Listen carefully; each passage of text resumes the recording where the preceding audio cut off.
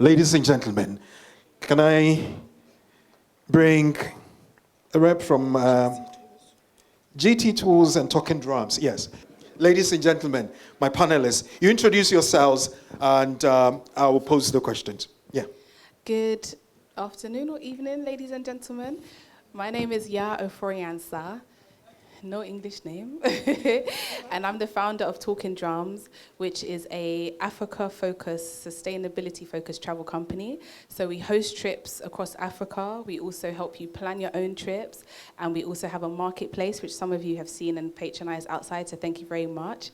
At the moment, we host trips to Ghana, but also to Senegal, Kenya, Morocco, Tanzania and the Seychelles, and we also help you plan trips. So if you have a vacation or honeymoon, birthday, whatever, talk to us so we can help you plan that as well.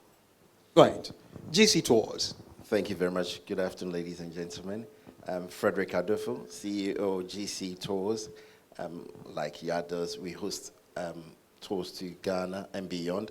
We cover the whole of Africa, so anywhere you want to go within Africa and beyond, we are happy to help you. We do luxury tours, educational, eco tours, and any package you'd want, we are happy to help.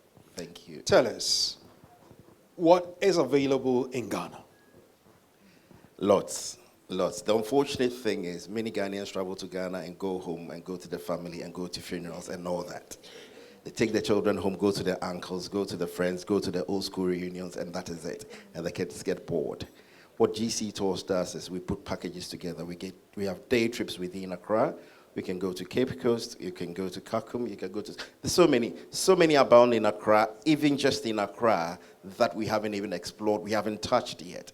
And we are encouraging people that if you want to travel, just don't go by yourself. I've spoken to a few people who say, oh, I know somebody in Accra, when I go, they hire me a taxi. You don't know where the taxi driver is taking you. The taxi driver doesn't even know the history of where he's taking you to. So we advise that when you go, seek professional advice. We will charge you for the advice. We'll give you the advice for free. If you want us to put the package together for you, we'll do a very good package. And what we cover is end to end. And I mean, we do the hotels, we do the transportation, we do the tour guides as well. So speak to us, and we will be able to help you. Thank you.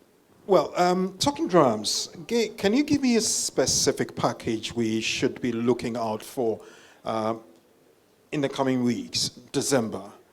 I must say dirty December. Rough. So I would say to think about December, but also think beyond December. To think about Accra, but also think beyond Accra. So I think at the moment, December is really popular, but there are 11 other months in the year. So there are some of our neighbors that promote themselves as all year round destinations. And I think there's no reason why we shouldn't do the same. You can go to Ghana all year round.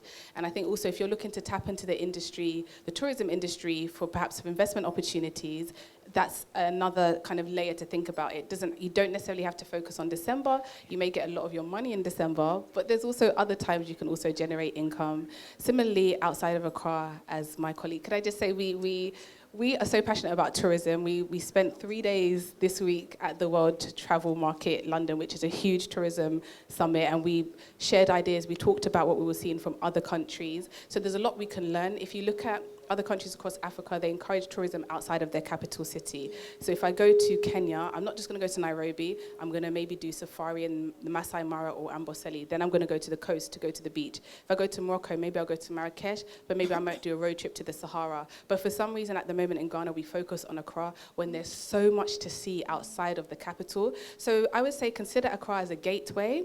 If I was going any time of the year, I'd start in Accra so people kind of get their feet wet.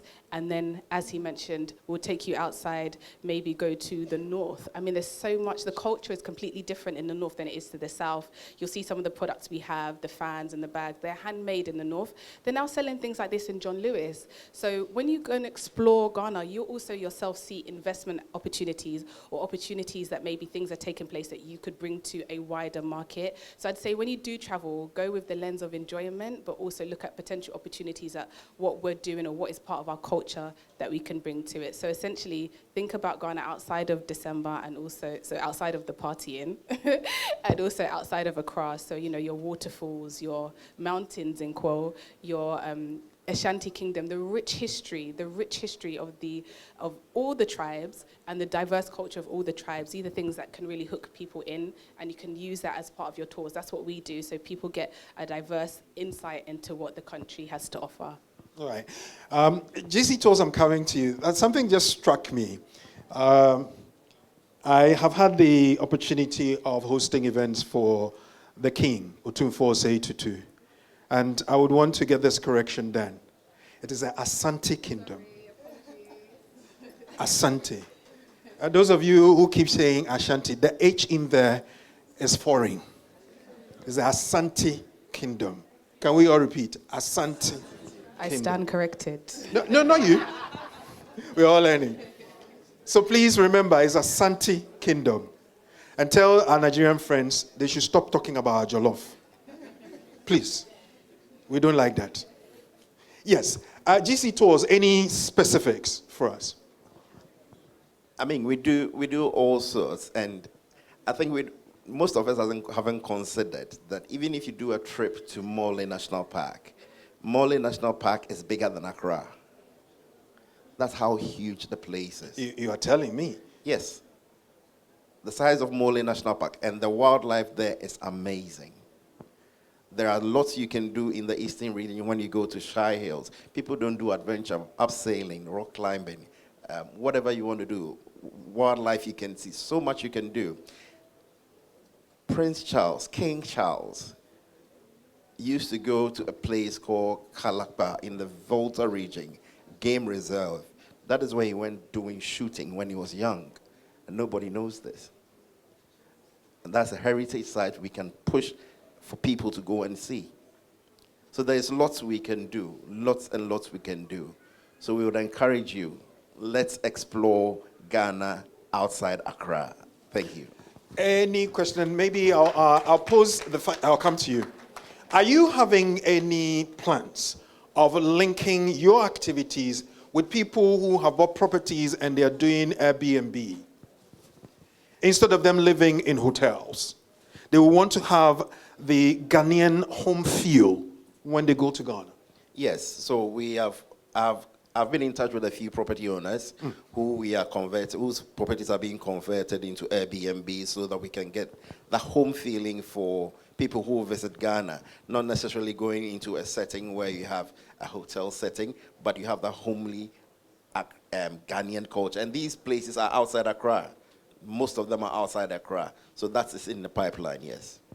Can I just add to that as well that a lot of the properties that are the short-term rentals are in really prime locations in Accra, and if you're thinking about going into it, especially from a tourism perspective, think about your pricing, because at the moment, a lot of the pricing you can get maybe one night for an apartment short-term in Accra, you can get a week. You can spend that for a week in Nairobi or a week in, I don't know, Johannesburg. So I think there needs to be a bit more of a discussion around pricing, or if you price yourself a bit more competitively, you'll get more customers because you're not just trying to get, as much money from them. You're actually giving them a fair amount. You'll get return customers, and also think about the experience you're providing them with as well. So you can offer add-ons like, okay, you booked me. Do you need a pickup from the airport? I can throw that in for an additional fee. So I just think, consider your pricing and don't just think, okay, great, I've got a customer, let me charge them a lot of money. Okay, I've got a question. So I've never been to Ghana. I'd like to go in February or March with my husband for 7 days. What's the best deal that one of you can give me for 7 days?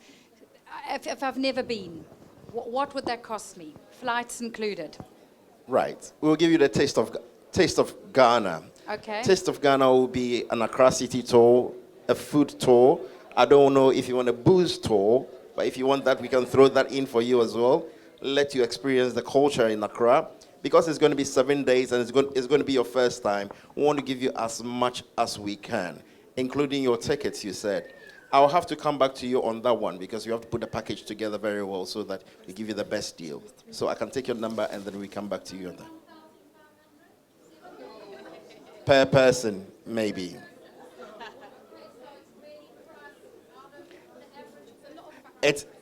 What goes in is your airfare.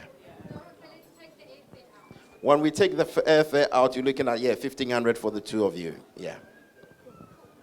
So Well- there obviously needs to be a wider discussion about airfare to Ghana. Yeah, there should be. Absolutely, because it's problematic, and also a lot of people love direct flights, but I do urge you to sometimes consider indirect, because we have to have a discussion about how expensive it is to go to Ghana directly. It doesn't make any sense, and unfortunately, one airline has a monopoly at the moment, so they're able to command a higher price, which is unfortunate. So if anyone wants to set up an airline, let's have a discussion.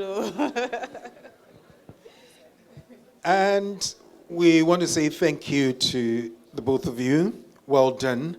And I mentioned yesterday that the talking drums are always on point, and they take us through GC to Ghana. Ladies and gentlemen, put your hands together for them. Thank you.